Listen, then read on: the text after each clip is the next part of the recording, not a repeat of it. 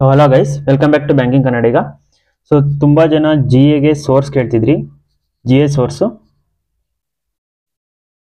ಒಂದು ಸ್ಟ್ರಾಟಜಿನ. ಸೊ ಅಂದರೆ ತುಂಬ ಜನಕ್ಕೆ ಡೌಟ್ ಇದೆ, ಅಂದರೆ ಪೇಯ್ಡ್ ಕೋರ್ಸ್ಗಳು ತಗೋಬೇಕಾ ಜಿ ಎಗೆ ಅಂತ. ನನ್ನ ಸಜೆಷನ್ ಏನು ಅಂದರೆ ಪೇಯ್ಡ್ ಕೋರ್ಸ್ ನೆಸೆಸಿಟಿ ಇಲ್ಲ. ಈಗ ನೀವು ಕರೆಂಟ್ ಅಫೇರ್ಸು ಸೋರ್ಸು ಅಂದರೆ ಯಾರು ನೀಟಾಗಿ ಪ್ರೆಸೆಂಟ್ ಮಾಡಿರ್ತಾರೆ ಆ ಥರ ಪ್ರೆಸೆಂಟೇಬಲ್ ಸೋರ್ಸ್ ಸಿಕ್ಕಿದ್ರೆ ಸಾಕು. ಕರೆಂಟ್ ಅಫೇರ್ಸ್ ಯಾರು ಬೇರೆ ಚೇಂಜ್ ಮಾಡೋಕ್ಕಾಗಲ್ಲ, ಎಲ್ಲ ಒಂದೇ ಕರೆಂಟ್ ಅಫೇರ್ಸ್ ಕೊಡೋದು.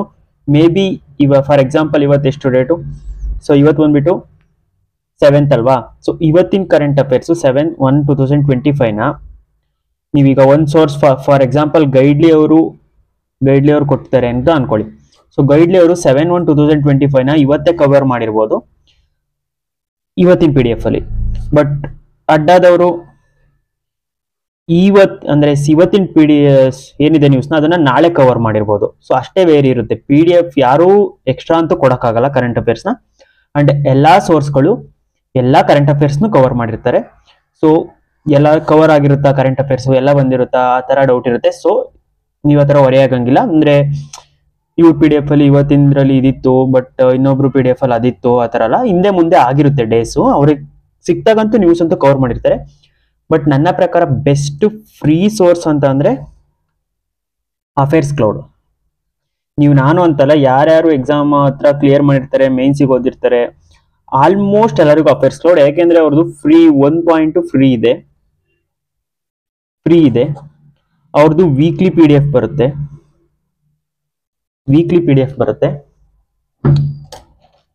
ಸೊ ವೀಕ್ಲಿ ಮಂತ್ಲಿ ಕೂಡ ಬರುತ್ತೆ ಅಂಡ್ ಟಾಪಿಕ್ ವೈಸ್ ಕೂಡ ಬರುತ್ತೆ. ಸೊ ತುಂಬಾ ನೀಟಾಗಿ ಬರುತ್ತೆ. ಇಷ್ಟು ಈಗ ಮಂತ್ಲಿ ಬರುತ್ತೆ, ಡೈಲಿ ಕೂಡ ಬರುತ್ತೆ. ಅಂಡ್ ಟಾಪ್ 60 ಕ್ವಶನ್ಸ್ ಅಂತ ಬರುತ್ತೆ ವೀಕ್ಲಿಗೆ. ಅಂಡ್ ಮಂತ್ಲಿ ಟಾಪ್ 300 ಕ್ವಶನ್ಸ್ ಅಂತ ಬರುತ್ತೆ. ಇದೆಲ್ಲ ಫ್ರೀ PDF ಅವೈಲೇಬಲ್ ಇದೆ, free PDF. And affairs cloud ಅವರು ಈಗ ಅವ್ರು ಏನ್ ಮಾಡ್ತಾರೆ ಅಂದ್ರೆ, ಅಫೇರ್ಸ್ ಕ್ಲೌಡ್ ಅಲ್ಲಿ ನಾನು ಹೇಳ್ತೀನಿ ನೋಡಿ. ಅವ್ರ ಫಸ್ಟ್ ಟಾಪಿಕ್ PDF ತಗೊಂಡ್ರೆ first national news, next international, next ಬಂದ್ಬಿಟ್ಟು ಬ್ಯಾಂಕಿಂಗ್, ನೆಕ್ಸ್ಟ್ ಎಕಾನಮಿ. ಸೊ ಈ ತರ ಪರ್ಟಿಕ್ಯುಲರ್ ಕಾನ್ಸೆಪ್ಟ್ ಎಲ್ಲಾ PDF ಅಲ್ಲೂ ಈ ತರ ಪಾರ್ಟ್ ವೈಸ್ ಅವರೇ ಬೈಫರ್ಗಿಗೇಟ್ ಮಾಡ್ಕೊಟ್ಟಿರ್ತಾರೆ. ಸಾರಿ, ನಾನು ಸ್ವಲ್ಪ ಟಂಗ್ ಟ್ವಿಸ್ಟರ್. ಎಲ್ಲಾನು ಸಪ್ರೇಟ್ ಆಗಿ ಕೊಟ್ಟಿರ್ತಾರೆ. ಸೊ ಅದರಿಂದ ನಮಗೆ ಈಗ ಶಫಲ್ ಆಗಿರಲ್ಲ, ಹುಡ್ಕೋ ಅವಶ್ಯಕತೆ ಇರಲ್ಲ. ನಮಗೆ ಈಗ ಬ್ಯಾಂಕಿಂಗ್ ನ್ಯೂಸ್ ಬೇಕಾ, ನಾವು ಡೈರೆಕ್ಟ್ ಬ್ಯಾಂಕಿಂಗ್ ಕಾಲಮಿಗೆ ಹೋಗಿ ಓದ್ಬೋದು. ಅಂಡ್ PDF ಇದೆ, PDF ನ ಡೌನ್ಲೋಡ್ ಮಾಡ್ಕೊಂಡು ಪ್ರಿಂಟ್ಔಟ್ ತಗೊಂಡು ಓದ್ಬೋದು. ಸೊ ಇದರಲ್ಲಿ ನಿಮಗೆ ಡೈಲಿ ಬೆಟರಾ ವೀಕ್ಲಿ ಬೆಟರಾ ಅಂತ ಹೇಳ್ತೀನಿ. ಈಗ ನೋಡಿ, ಫಾರ್ ಎಕ್ಸಾಂಪಲ್ ನೀವು ವೀಕ್ಲಿ ಡೈಲಿ ಎತ್ಕೊಂಡ್ರಿ, ಡೈಲಿ PDF ತಗೋತೀರಾ. ಸೊ ಡೈಲಿ PDF ಅಲ್ಲಿ ಮಿನಿಮಮ್ ಅಂದ್ರೆ 25 ಪೇಜಸ್ ಇರುತ್ತೆ. ಅದರಲ್ಲಿ ತುಂಬಾ ಇರುತ್ತೆ, ನ್ಯೂಸ್ ಇರುತ್ತೆ, MCQ ಇರುತ್ತೆ, ಸ್ಟಾಟಿಕ್ ಇರುತ್ತೆ. ಸೊ ಅದನ್ನ ಡೈಲಿ ಕಂಪ್ಲೀಟ್ ಮಾಡ್ಕೊಂಡು ಮೆಮರೈಸ್ ಮಾಡೋದು ಕಷ್ಟ.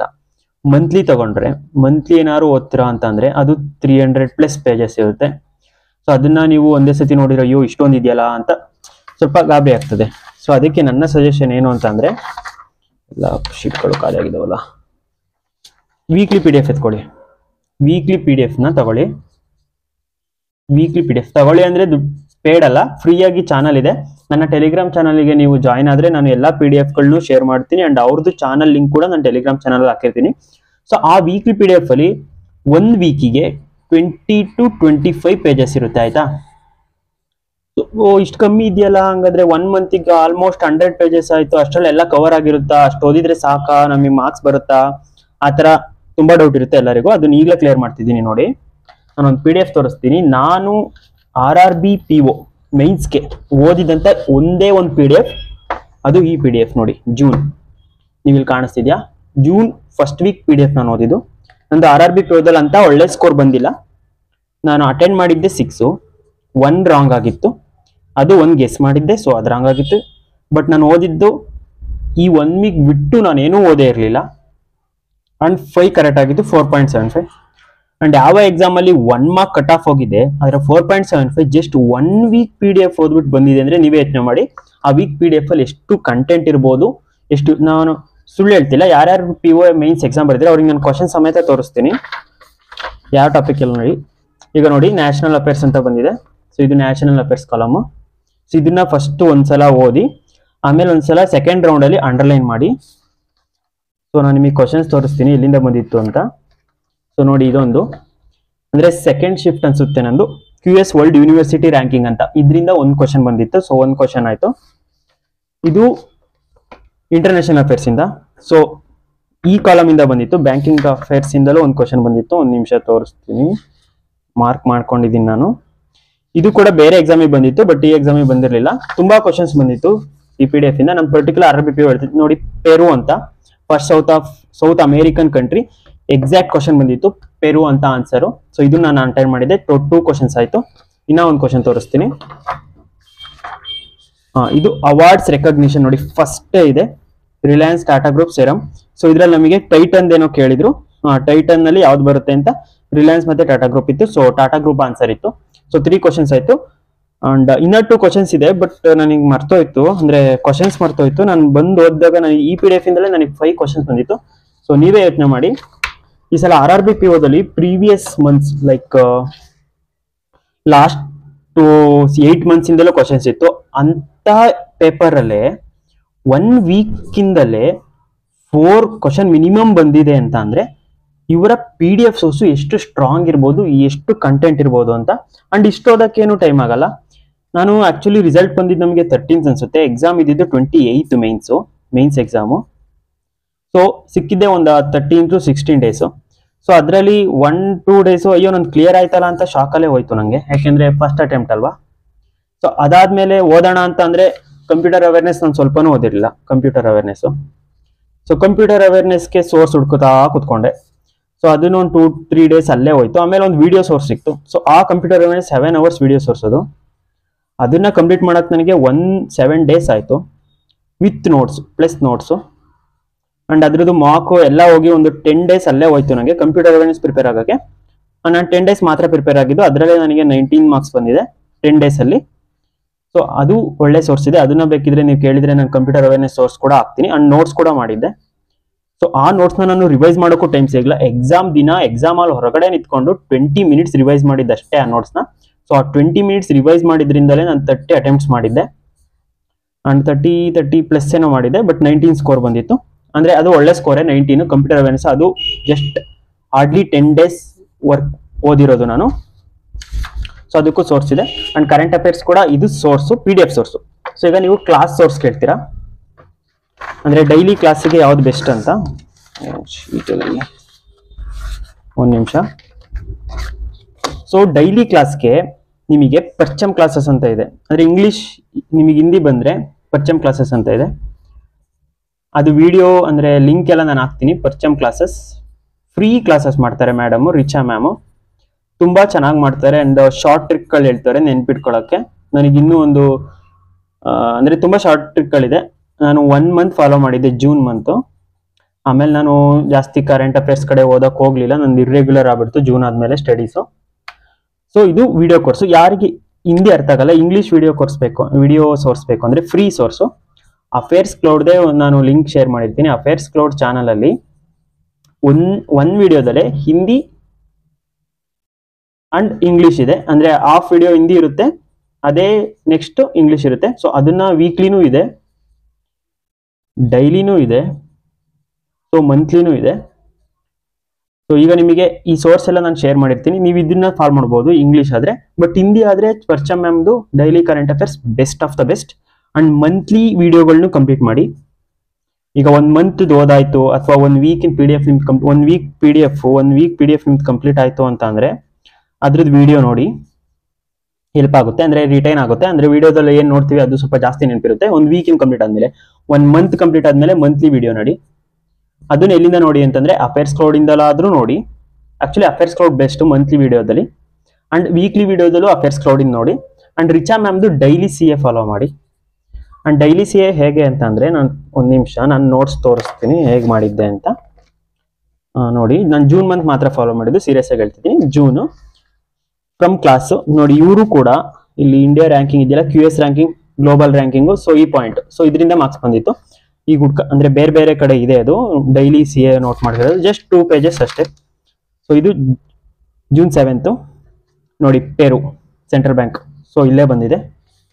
ಸೊ ಈ ತರ ನಾನು ಆಲ್ಮೋಸ್ಟ್ 1 ಮಂತ್ ಫಾಲೋ ಮಾಡಿದೆ. ಆಮೇಲೆ ಇದು ತುಂಬಾ ಟೈಮ್ ಕನ್ಸ್ಯೂಮಿಂಗ್ ಆಯ್ತು, 1 ಅವರ್ ಆಗ್ತಿತ್ತು ನೋಡಿ. 26th June ನಾನು ಲಾಸ್ಟ್ ಫಾಲೋ ಮಾಡಿರೋದು. ಸೊ ಅದಾದ್ಮೇಲೆ ನಾನು ಫಾಲೋ ಮಾಡಲಿಲ್ಲ.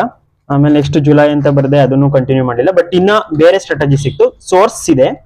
ಬಟ್ ಸ್ಟ್ರಾಟಜಿ ಏನು ಅಂತ ಹೇಳ್ತೀನಿ, ಇದು ತುಂಬಾ ಡೆಫಿನೆಟ್ಲಿ ವರ್ಕ್ ಆಗುತ್ತೆ ನೋಡಿ. ಈಗ ನೀವು ಓದ್ತೀರಾ, ಇಲ್ಲಿ ನೋಡಿ heading ADB world bank news and grants. ಈಗ ವರ್ಲ್ಡ್ ಬ್ಯಾಂಕು 120 ಬಿಲಿಯನ್ ಕೊಟ್ಟಿದೆ ರೆಮಿಟೆನ್ಸ್. ಏನಕ್ಕೆ ಕೊಟ್ಟಿದೆ ಅಂತ ಅಂದ್ರೆ ಇಂಡಿಯಾ ಕೊಟ್ಟಿದೆ ಆ ತರ. ಇಲ್ಲಿ ವರ್ಲ್ಡ್ ಬ್ಯಾಂಕು 1.5 ಬಿಲಿಯನ್ ಕೊಟ್ಟಿದೆ to support low carbon energy sector, second low carbon energy programme. ಇದು ಕೂಡ IBPS PO ಮೈನ್ಸ್ ಅಲ್ಲೇನೋ IBPS ಕ್ಲರ್ಕ್ ಅಲ್ಲೇನೋ ಬಂದಿತ್ತು. ಅಂಡ್ ಇಲ್ಲಿ ನೋಡಿ ADB 500 ಮಿಲಿಯನ್ ಕೊಟ್ಟಿದೆ, ಅದು ಬಂದಿತ್ತು.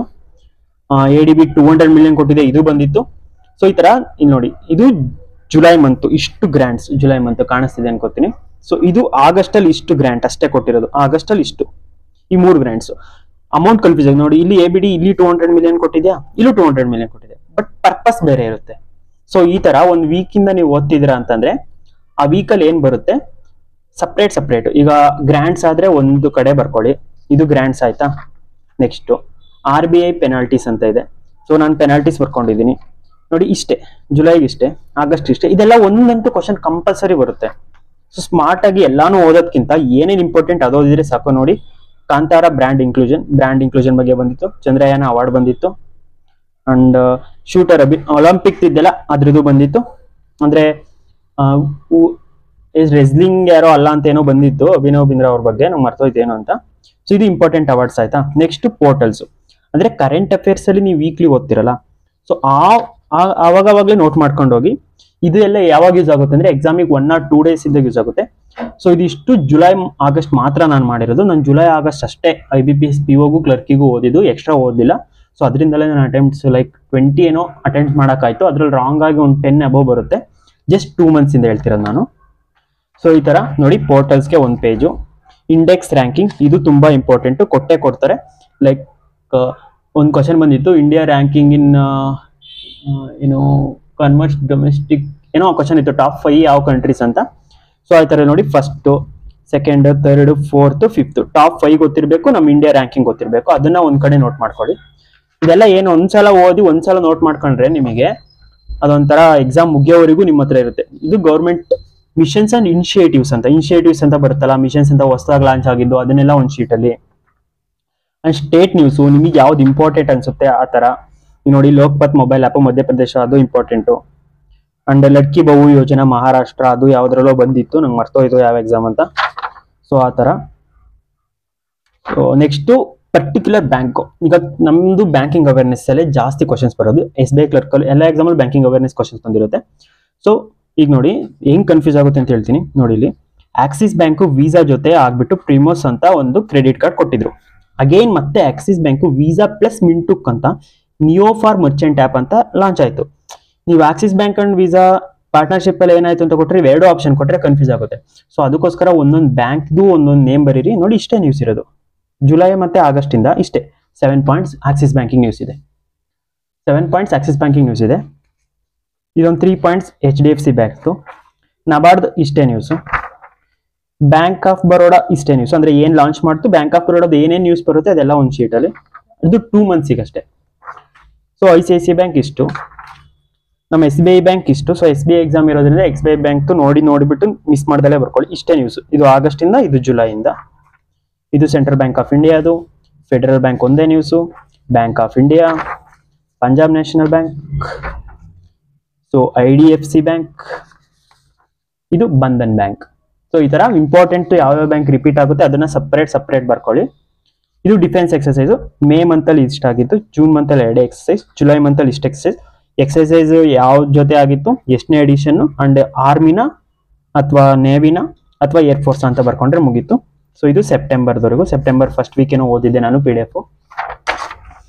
ನೆಕ್ಸ್ಟ್ ಇದು ನೋಡಿ, ಅಂದ್ರೆ ಮಿಸೆಲೇನಿಯಸ್. ಈಗ ತುಂಬಾ ನ್ಯೂಸ್ ಇರಲ್ಲ, ಲೈಕ್ ಟಾಟಾ AIS ಬ್ಯಾಂಕ್ದು ಪೇಯು, ಅಂದ್ರೆ ಇದೊಂದು ಬಂದಿತ್ತು ಅನ್ಸುತ್ತೆ, ಪೇಯು ಮತ್ತೆ ಅಮೆಝಾನ್ ಪೇ ಲೆಟರ್ದು. ಸೊ ಈ ತರ. ನೆಕ್ಸ್ಟ್ GDP ರಿಪೋರ್ಟ್ ನಾನು ಸಜೆಸ್ಟ್ ಮಾಡಲ್ಲ, ಯಾಕಂದ್ರೆ ತುಂಬಾ ಡಾಟಾ ಇರುತ್ತೆ, ಅಷ್ಟು ನೆನ್ಪಿಟ್ಕೊಳ್ಳೋ ಟೈಮಲ್ಲಿ ಬೇರೆ ಇದನ್ನೇ ನಾವೇನಾದ್ರು ಓದ್ಬೋದು. ಸೊ ನೆಕ್ಸ್ಟ್ ಆರ್ಗನೈಸೇಷನ್ ಅಕ್ವೈಸೇಷನ್ ಏನಾದ್ರು ಆಗಿದ್ರೆ, ಅಂಡ್ ಇಂಪಾರ್ಟೆಂಟ್ ಡೇಟ್ಸ್, ಮಂತ್ಸು. ಅಂದ್ರೆ ಈಗ ಕರೆಂಟ್ ಅಫೇರ್ಸ್ ಅಲ್ಲಿ ಓದ್ಬೇಕಾದ್ರೆ ಇಂಪಾರ್ಟೆಂಟ್ ಬರ್ತದೆ. ಈಗ ಲೈಕ್ ಎನ್ವಿರಾನ್ಮೆಂಟಲ್ ಡೇಲಿ ಮೋದಿ ಅವರು ಈ ತರ ಸೆಲೆಬ್ರೇಟ್ ಮಾಡೋದು ಆ ಥರ ಬಂದ್ರೆ ಆ ಎನ್ವಿರಾನ್ಮೆಂಟ್ ಡೇ ಯಾವತ್ತು ಅದು ಗೊತ್ತಿರಬೇಕು. ನಮಗೆ ಇಂಪಾರ್ಟೆಂಟ್ ಏನು ಬಂದಿತ್ತು, ಬಿ ಡೇ ಅಂತ ಬಂದಿತ್ತು RRBPO-ದಲ್ಲಿ. ಸೊ ಇದಿಷ್ಟು ಇಂಪಾರ್ಟೆಂಟ್ ಡೇ 2 months. ಅಂದ್ರೆ GI ಟ್ಯಾಗು ಎಷ್ಟು ವರ್ಷ ಅಂತ ಕೇಳಿದ್ರು, ನಾನು ಇದನ್ನ ಫಸ್ಟೇ ಓದಿರ್ಲಿಲ್ಲ, ಆಮೇಲೆ ಬಂದ್ಬಿಟ್ಟು ಮಾಡಿದ್ದು. GI ಟ್ಯಾಗು, ರಾಮ್ಸರ್ಸ್ ಅಂಡ್ ಟೈಗರ್ ರಿಸರ್ವಾಯ್ಸ್ ಎಷ್ಟಿದೆ ಅಂತ ನೆನ್ಪಿಟ್ಕೊಳ್ಳಿ ಸಾಕು. ಮತ್ತೆ ಈಗ ನ್ಯೂಸ್ ಅಲ್ಲಿ ಏನಾದ್ರು ಟೈಗರ್ ರಿಸರ್ವ್ ಹೊಸದಾಗಿ ಆಡ್ ಆಯ್ತು ಅಂತಂದ್ರೆ ಅದು ಗೊತ್ತಿರ್ಬೇಕಷ್ಟೇ. ಸ್ಟಾಟಿಕ್ ಏನು ಅಷ್ಟೊಂದು ನೆಸೆಸಿಟಿ ಇಲ್ಲ ಬ್ಯಾಂಕಿಂಗ್ ಅಲ್ಲಿ. ಅಂಡ್ ಗೌರ್ಮೆಂಟ್ ಸ್ಕೀಮ್ಸು ಹೊಸದಾಗಿ ಅಪ್ಡೇಟ್ ಆಗಿದ್ರೆ ಅಥವಾ 5 years 10 years ಆ ಥರ ಟೆನ್ಯೂರ್ ಕಂಪ್ಲೀಟ್ ಆಗಿದ್ರೆ ಅದು ಇಂಪಾರ್ಟೆಂಟು. ಮತ್ತೆ ಈಗ ವಿಡಿಯೋ ಸರ್ಚ್ ಹೇಳಿದ್ನಲ್ಲ, ಇಲ್ಲಿ ಮಂತ್ಲಿ ವಿಡಿಯೋ ಸರ್ಚು ನೋಡಿ ಅಂತ ಕಂಪ್ಲೀಟ್ ಆದ್ಮೇಲೆ, ಸೊ ಅದು ನೋಡಿದಾಗ ನೀವು ಈ ಥರ ನೋಟ್ ಮಾಡ್ಕೊಳ್ಳಿ. ಕ್ವಶನ್ಸ್ ಇರುತ್ತೆ ಈ ಥರ 10 ನೋಡಿ. ಇದು ಆಗಸ್ಟ್ ಮಂತ್ ಇಷ್ಟು ಕ್ವಶನ್ಸ್. ಸೊ ಇದ್ರಲ್ಲಂತೂ ನನಗೆ ಗೊತ್ತು, ನಾನು ಏನಾದ್ರು ರಿವೈಸ್ ಮಾಡಿದ್ರೆ ಪಕ್ಕ ಒಂದು 5-6 ಅಂದ್ರೂ ಕ್ವಶನ್ ಬರೋದು ಜಸ್ಟ್ ಆಗಸ್ಟ್ ಇಂದ. ಇದು ಆಗಸ್ಟ್ ಮಂತ್ ಇದೆ, ಇದು ಜುಲೈ ಮಂತ್. ವಿಡಿಯೋದಲ್ಲಿ ನಾನು ಅಂದ್ರೆ ಓದಾದ್ಮೇಲೆ ಮಂತ್ಲಿ ವಿಡಿಯೋ ತಗೊಂಡ್ಬಿಟ್ಟು ಅದರಲ್ಲಿ ಕ್ವಶನ್ಸ್ನ ನೋಟ್ ಮಾಡ್ಕೊಂಡಿರೋದು ಸಿಂಪಲ್ ಆಗಿ ರಫ್ ಶೀಟ್ ಅಲ್ಲಿ. ಸೊ ಇದಿಷ್ಟು ಕರೆಂಟ್ ಅಫೇರ್ಸ್ಗೆ ನನ್ನ ಸ್ಟ್ರಾಟಜಿ. ಆಕ್ಚುಲಿ ಡೆಫಿನೆಟ್ಲಿ ವರ್ಕ್ ಆಗುತ್ತೆ, ಬಟ್ ನಾನು 1 month ಮಾತ್ರ ಓದಿರೋದ್ರಿಂದ ನಂದು ಸ್ಕೋರು 1-2 months ಇಂದಲೇ ನಾನು 10 questions ಅಟೆಂಡ್ ಮಾಡಿದ್ದೀನಿ ಅಂತಂದ್ರೆ, ನೀವು ಇದನ್ನ 6 month ಫಾಲೋ ಮಾಡಿದ್ರೆ ಡೆಫಿನೆಟ್ಲಿ ಆಗುತ್ತೆ. ನಾನು ಈ ಸಲ SBI ಕ್ಲರ್ಕ್ ಮತ್ತೆ SBI PO-ಗೆ ಆಗಸ್ಟ್ ಇಂದ ಸ್ಟಾರ್ಟ್ ಮಾಡಿಬಿಟ್ಟು ಸೆಪ್ಟೆಂಬರ್ ಇಂದ ಸ್ಟಾರ್ಟ್ ಮಾಡಿಬಿಟ್ಟು ಫುಲ್ ಇದೇ ತರ ಮಾಡಬೇಕು ಅಂತ ಇದ್ದೀನಿ. ಈ ತರ ಮಾಡಿದ್ರೆ ನನಗೆ ಗೊತ್ತು ಮಿನಿಮಮ್ ಅಂತೂ 20 ಅಂತೂ ಸ್ಕೋರ್ ಮಾಡ್ತೀನಿ ನಾನು ಜನರಲ್ ಅವೇರ್ನೆಸ್ ಅಲ್ಲಿ, ಈ ತರ ಸೋರ್ಸ್ ಫಾಲೋ ಮಾಡಿದ್ರೆ.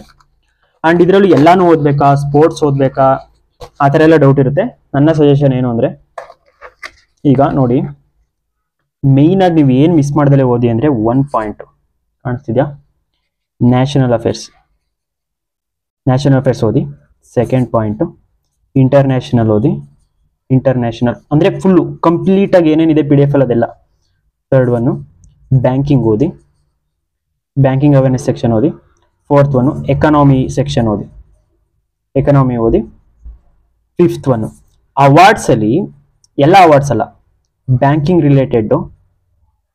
ಬ್ಯಾಂಕಿಂಗ್ ಈಗ ಯಾವುದೋ ಈಗ ನಮ್ಮ ಕರ್ನಾಟಕ ವಿಕಾಸ್ ಗ್ರಾಮೀಣ ಬ್ಯಾಂಕು ಅಟಲ್ ಪೆನ್ಷನ್ ಯೋಜನೆಯಲ್ಲಿ ಅವಾರ್ಡ್ ತಗೊಂತು ಅಂದ್ರೆ ಎಷ್ಟು ಸಬ್ಸ್ಕ್ರೈಬರ್ಸ್ನ ಮಾಡಿದೆ ಅಂತ, ಅದು ಜೂನ್ ಮಂತಲ್ಲೇ ತಗೊಂಡಿರೋದು. ಸೊ ಆ ಥರ banking related and brands related ಈ ಥರ ಅವಾರ್ಡ್ಸ್ ಓದಿ, ಓಕೆನಾ. ಮತ್ತೆ ಬುಕ್ಸ್ ಓದ್ತೀರಾ ಅಂತಂದ್ರೆ ಯಾವ ಬುಕ್ಸ್ ಪಬ್ಲಿಷ್ ಆಯ್ತು ಅಂತ, ಈಗ RBI ಗವರ್ನರ್ ಬುಕ್ ಬರ್ದಿದ್ರೆ ಅಥವಾ ಫೈನಾನ್ಸ್ ಮಿನಿಸ್ಟರ್ ಬುಕ್ ಬರ್ದಿದ್ರೆ ಆ ಥರದ ಬುಕ್ಸ್ ನೆನ್ಪಿಟ್ಕೊಂಡ್ರೆ ಸಾಕು. ಸೊ ಇದಿಷ್ಟು ಓದಿದ್ರೆ ನಿಮಗೆ ಆರಾಮಾಗಿ ಸ್ಕೋರ್ ಮಾಡ್ತೀರಾ, ಅಂದ್ರೆ ಒಳ್ಳೆ ಸ್ಕೋರ್ ಬರುತ್ತೆ. GA-ಲಿ ನೀವು 15 ಕ್ರಾಸ್ ಮಾಡಿದ್ರಿ ಅಂದ್ರೆ irrespective of any exam it is very good in banking. 15 ಹೋದ್ರೆ ನೀವು ಟಾಪ್ ಲೇಯರ್ ಅಲ್ಲಿ ಇದೀರಿ ಅಂತ, ಅಂದ್ರೆ ಲೈಕ್ ಟಾಪೆಸ್ಟ್ ಟಾಪ್.